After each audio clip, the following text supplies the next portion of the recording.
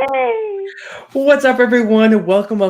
This is gonna be a fantastic live because I have a very special guest today, and I've had the pleasure. We've been interacting for a while online. A Uh, little yeah, while, for yeah. a while, and then we jumped on the call, and then as soon as the call ended, I told you, I'm like, I want you as a guest on the show.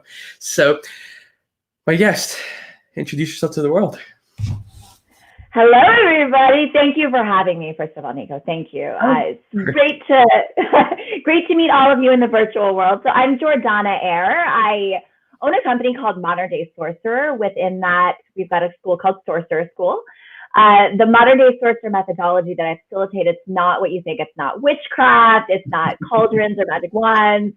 It's actually a community of leaders who know that they've got a big change to make on the planet. So I work with a lot of, game changers, innovators, people who know that it's like really time for us to make a change here on this planet together. So I serve and support leaders who are ready to make that change, really essentially doing it their own way. So people who want to be a force of clear and calm direction in the world, people who want to make an impact without giving up their satisfaction or fulfillment and without giving up the contribution. So it's like what I do is really where impact meets contribution meets fulfillment all combined. That is, that's way better of a pitch than I could have put together. With that being said, as I told you before we jumped on, I love giving quick, tangible tips. So there's a lot of business owners right now, entrepreneurs, and people, frankly, in a very interesting space with that whole economy situation. So what's a quick tip that you might have that might help someone? It can be in regards to anything. Anything. All right. So, it's interesting. You mentioned mindset a couple times before we got on, Nico. And what I would say is, so I think there's a lot of people right now, I get the sense that there's a lot of people who are like, okay, mindset's really important. It is. And the one tip that I would give right now is to start to work with your mindset a layer beneath what you're used to doing. So it's like there's mindset where it's like, I'm going to change this. I'm just going to think something new. I'm going to choose something different. And then there's like beneath the surface of your mindset where there's these subtleties of, well, but what's your body really telling you?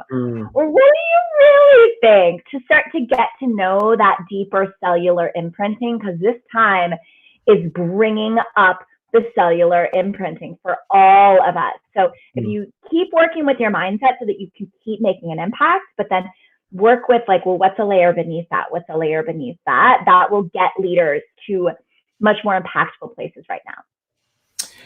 Oh, I love that. So we're gonna jump into this because I have so many questions. And by the way, if anyone's, the people who are watching, make sure to drop comments because we both are here to answer those. But I have a question. When I grew up, I never anticipated meeting a sorcerer. I never thought that was a job title, nor did I believe that there was something like that besides that I would read in fiction. So walk me through how we kind of got to this specific point. Yeah. So I never anticipated it either at all. So I'll give a little bit of backstory and to like kind of help define how I got there and then what it means within that too. So when I was really, really little, I looked out into the world and I just had this knowing deep inside that power wasn't what people thought it was. Like I looked, for example, at my father, who's thoroughly Ivy League educated. And I saw how unhappy he was, like trying to get power in the business world, but never really having it. And then essentially like taking out his lack of fulfillment on the world. And I looked at the way the teachers in my classroom treated different students and how much the teachers were trying to be the ones with the power instead of being able to share the power and let us all have it together.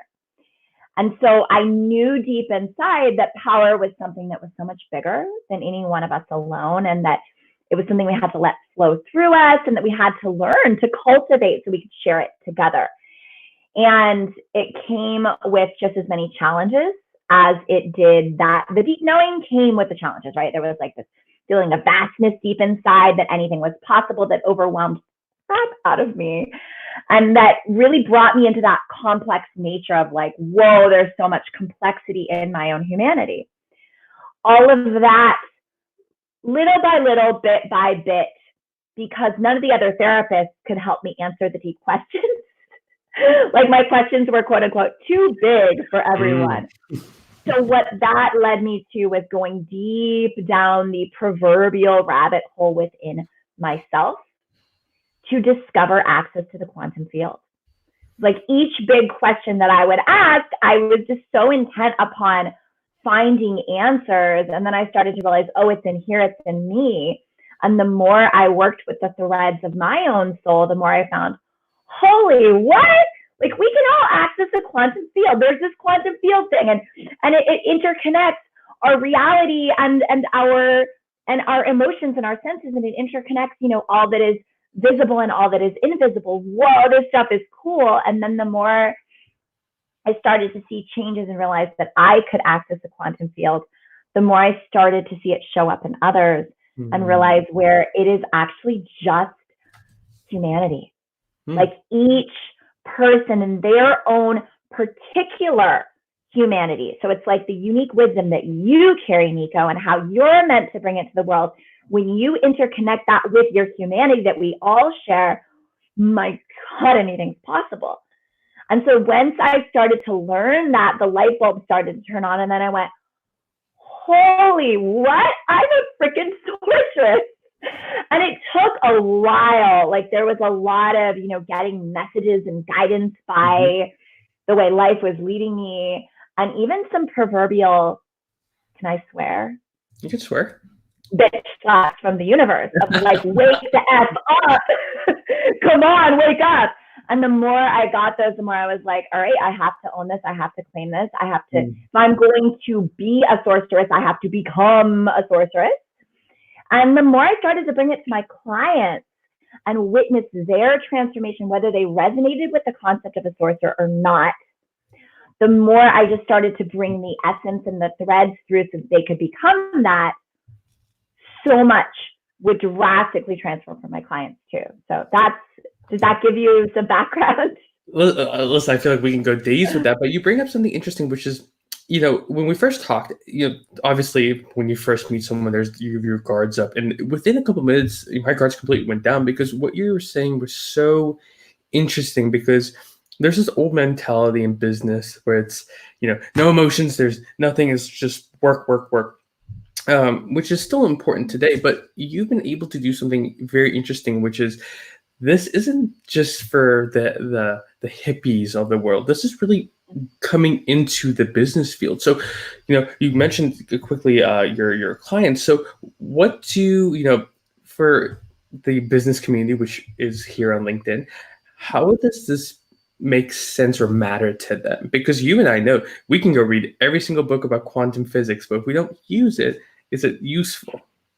Yeah, so it's a great question. So I have this saying that I like to say. So anybody who does know me has probably already heard me say this before, but I believe that leaders today, like all business leaders, as well as just people who want to make an impact, you know, they could be leaders in nonprofit too. Leaders today, or parents.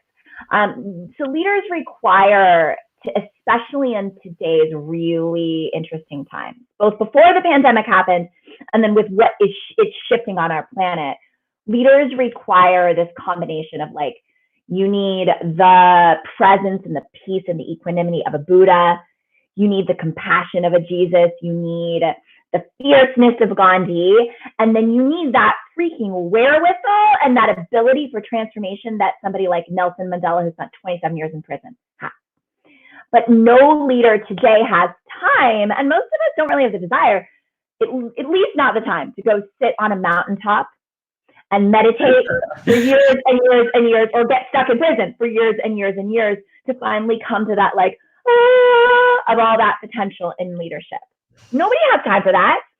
And the thing that I've found is a lot of leaders, I've already met a lot of leaders who recognize that meditation can impact their leadership and their capacity to really go big in business as well.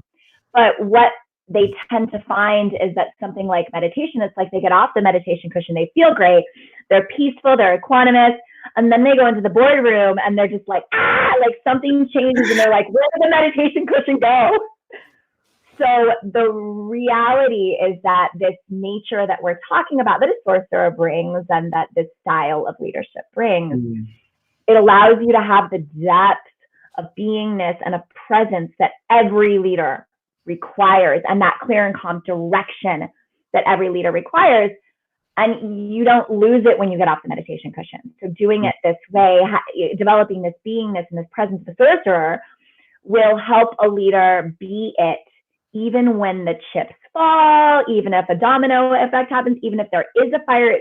And what's interesting is, even if there is a fire to put out, but there will be less fires to put out, because this leader, a sorcerer, is so actively co-creating things that they're able to shift the bad stuff before it even happens, because they catch the little things, they work with the transformation, and then they don't have to get slapped. Yeah. It changes so much. You mentioned earlier the difficult questions that, really led you down this rabbit hole.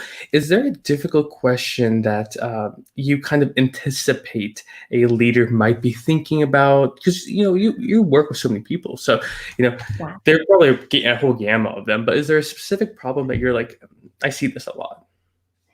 Yeah. So there's I would say there's like this ball of questions. So I don't know, like they could be worded in a lot of different ways. What I would call them is the ball of existential questions. That a lot of leaders, it's like what I've noticed, especially like though I work with leaders at all levels, what I've found is that there's like middle managers who, if you're a middle manager, I love you, and middle managers haven't had to ask these questions as much yet. Whereas like if a leader who's reached a certain level or capacity in their leadership has already had to ask existential questions, because you've already had to fire people, or you've already had to make really hard decisions that you're like, what even is the right thing here? And what I found is that it's like we still avoid the bigger existential questions underneath or behind that, because we think, oh, I don't have time for that, or if I find, this is like unconscious, like if I find out the answer, then like what I've seen is a lot of like husband and wife differences. It's like there's the leader who's like, I need the existential questions for my business, but if I find out the answer, I might change, and then my wife might think something different than me, and I don't want my home life to be disruptive. The reality is that no matter why you're asking existential questions, getting to a deeper root is always going to help you become who you're meant to be, which will help you connect more to the people you love. It will help you connect more to your team or to your business partners. So this ball of existential questions that is really big right now, just like all the why this and the why that around our humanity, asking those has so much value for a leader, so much. And it's interesting because I've had, we've all probably gone through some type of existential question. For me, I remember my first one was like, what am I here to do? Because I realized that I wasn't meant to be a doctor, right? So I've had my fair share, and I think the one benefit of having such a platform, talking to experts like you, is getting into, okay, what if someone has this question, where do they go next? Like, what's the first step? Is there a resource, a tactic, a person to follow besides you? I would love to kind of know that. Gosh, it's such a good question. So, I mean, there's different forms of existential questions. There's okay, the one person I would say to follow, he's a lot more scientific than me, although, which is great because it like backs the work that I do too. Joe Dispenza is somebody good to follow if you want the scientific backing of the transformation possible. So I do a lot of DNA transformation. I wouldn't say he's as much about the existential questions, but he does have a way of also supporting people in getting to the transformation that will help you answer your own existential questions. What I would say is, like, first and foremost, if you're in the existential question and asking process, to, how do you put this? To be cautious of people that claim to be gurus and people that claim to have the answers for you. Because existential questions are meant for you to be answered on your own. And what you want to be looking for if you want support is someone or something that can guide you into yourself to get your own answers. Like when people ask me, well, why don't you do a lot of private work? I don't do much private work with people. Why? Because I don't want you looking to me like I have the answers. I want you finding them in yourself. So I'd rather take you through a powerful process within a community that helps you get them for yourself. And then that way, when you're done in Sorcerer School or done working with me, and you got another big question, because life is going to bring more big questions down the way, you know where to go. You know how to get to the core on your own. So whatever kind of support you're looking for, look towards that which supports you to go inside of yourself. It's so true.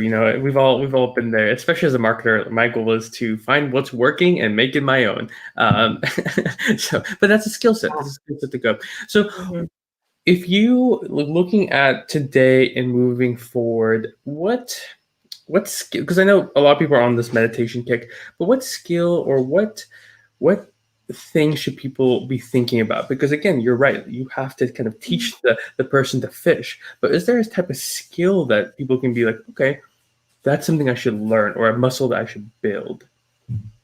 Okay, yeah. So connecting to your body is a skill that a lot of people don't realize is a skill.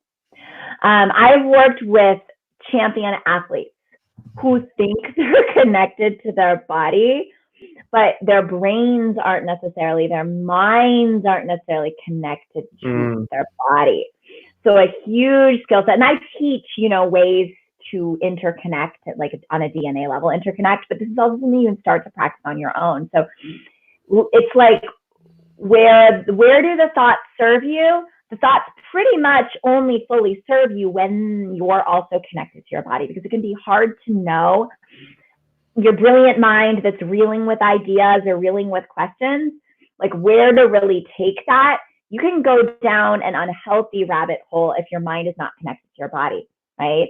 And really staying in touch with presence and like real mindfulness that comes through a deep and powerful presence, connecting your mind to your body so that they essentially act as one is a tremendously powerful skill set. No, I absolutely love that, because you're right. It's we think symptoms, like, especially when you look at anything, right? Just because your nose is running, is it because you're sick, or is it because allergy? Like, you have to figure that out for yourself. So I'm going to start changing the conversation into, okay, we talked about the past, a little bit more about the present, what we can do now. What trends or what things are you noticing that is very exciting? Because again, meditation used to not be a conversation at all. Yeah. Now it is. So what do you think for? Yeah. I'm so excited. So the biggest trend, it just immediately was like, this, show me. So for years now, I have been excited around the conversation of complexity. Like for years, I'm not saying I've been the only one to say it. I'm not the only one who's been saying this, but for years I've just been noticing, gosh, there's really no such thing as one truth. Anytime you think something's true, something else will come along that actually opposes that. And really discerning and developing a deeper sense of embodiment in truth requires exploring all the possibilities. I am so excited that is actually becoming a trend. So with everything that's going on in today's world, and whether is it fake news, is it real news, what's really happening, what's really causing all of this, wait, what do I really believe, wait, where do I really stand? It is causing people to explore the complexity, which I know can be really hard for people. So I also say that with compassion, because it's like, I'm over here going, so doing it for years is actually really easy when you know how, but I get that it doesn't seem easy at first. So I say that with the utmost compassion and also excitement, because I'm really, really, really excited that finally we're able to openly have this conversation about complexity. It's so important to us. It's so true, because I think we know life is simple, but absolutely complex. Like even if you believe, there's so many routes I want to go with that, but I'm going to digress, because I think my next question is going to set it up, right? So on the topic of complexity, we live very complex lives. We live in very complex times, right? If you had to, right, and I know this is putting you on the spot, if you had to really think about what you should, this goes back to the mindset thing, right? Like if in this complexity time, control, I think, is the hardest problem for people, especially myself. Like I'm like, "Ah, I want Corona to stop." What do you say to someone with that? Because the world's complex. You have so little control, and this is completely, like, as you can tell, this is a personal question because it's true. Like that's something I'm going through right now, and I think a lot of people are suffering with that. Yeah, yeah.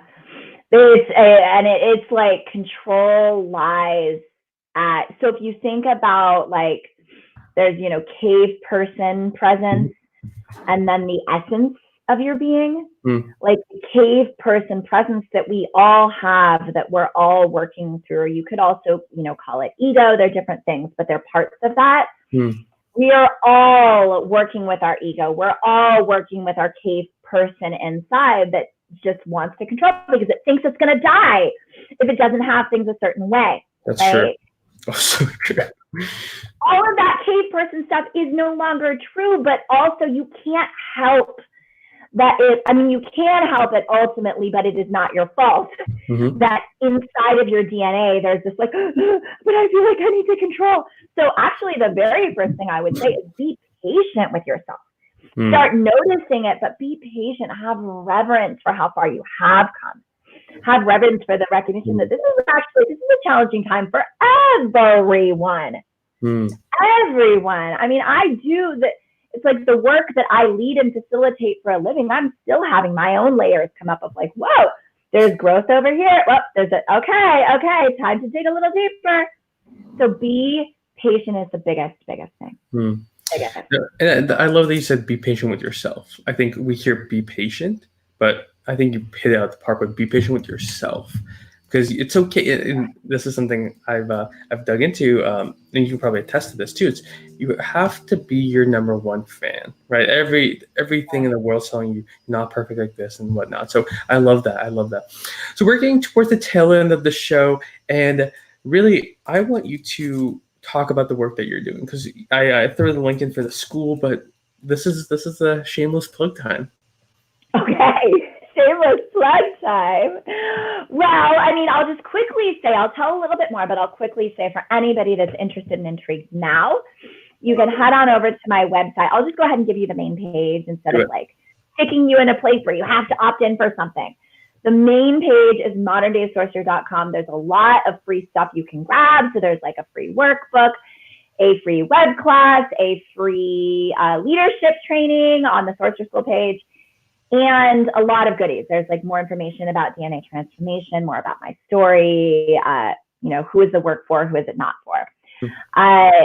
So go to modernDaySorcerer.com and grab all the free goodies that you want. Lots of blogs to sift through as well.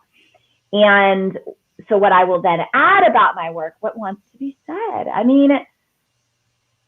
Okay, so you might be asking, like, well, what's different about this than coaching?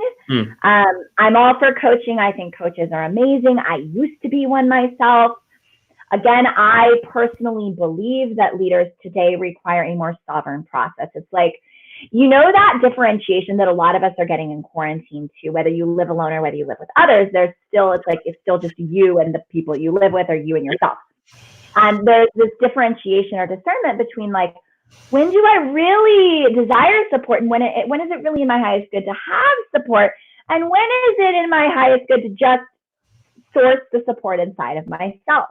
Well, I believe that leaders today require that discernment and knowing when to do what. And though I think coaches are great, I want to support people in what's beyond that, and that developing that discernment of like going inside of yourself to source the power in your leadership. And then also knowing when and how to connect to others as a leader and a community builder. So that's just a little bit. There's so much I could say about my work. Do you have any other questions about it? To say that is an understatement. There's so many, right? But I think, well, because there's so many ideas, right, and so many things that we can talk about. I'll do this. What's the final thing you want to leave us with? it could be in regards to your work, in regards to the situations we're in, the whole gamut. And by the way, thank you. I just uploaded the website, and I was on that a couple seconds ago. There's a lot of free goodies, so please make sure that you check it out. Lots of yummy stuff. So one final thing. All right. It's interesting. This has been coming up through our entire conversation, and I keep being like, no, not yet, not time. And now I feel like it's time. So what I'm finding is that our time today, there's a lot of sweetness in this time, and there's a lot of possibility, but we tend to see possibility as like possibility with a sense of drive of like, this is what I'm going to make. And though I am all for drive, I love drive, I help people source a deeper sense of drive, I really personally, fervently get this sense, I don't want to say believe, but I get a strong sense that the time now also wants to be used for a softness developed inside of all of us. Like I feel this very feminine, very like, yin versus yang, this yin, watery, soft, loving, nurturing, motherly, feminine space that we're in. And I just want to invite people into that space. So I work with a lot of men, a lot of like very masculine people. Some of the women I work with too are very like, they've got a lot of drive. They're go-getters. And I don't want you to necessarily stop being that way. There's just this invitation to also invite in that softness, because this time has so much waiting. It's like, I don't like the word juiciness because it's been overused, but it's like this juiciness. It's like this like inside of the softness waiting for you. So it's an invitation coming through. I love it. And, I personally been feeling somewhat similar. It's yes, you develop the hard skills and whatnot, but it's such a time to look within and really understand the clock that makes you tick. This has been the time where I've further convinced myself of the mission that I have. And that's a lot of introspection and whatnot. So, we could probably go for hours and hours and hours, but, all good things must come to an end.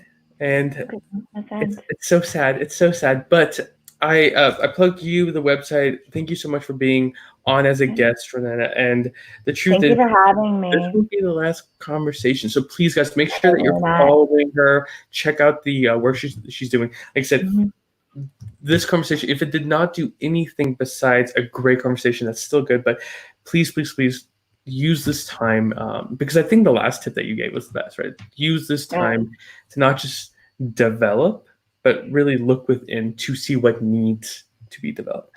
Completely. So, and I'll just quickly add, if anybody has like questions or a sense of like, is this, is the work you do right for me, or how do I figure out what's right for me? Because I'm all about referrals too.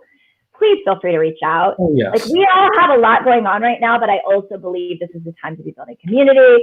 This is the time to really support each other. So I just want people to not hesitate to even send me a private message if they need to. Absolutely. And that's for both of us. So I'm going to end it here. I'm going to kick us off. We'll talk for a couple minutes after, but thank you so much for being on. And everyone, thank you guys for such a beautiful Wednesday. And just make sure to stay healthy out there, stay mindful, and just keep rocking and rolling, guys. We're going to get past this. So we will. Excellent. We're going to end it here. I will kick us off, and then we'll talk in a second.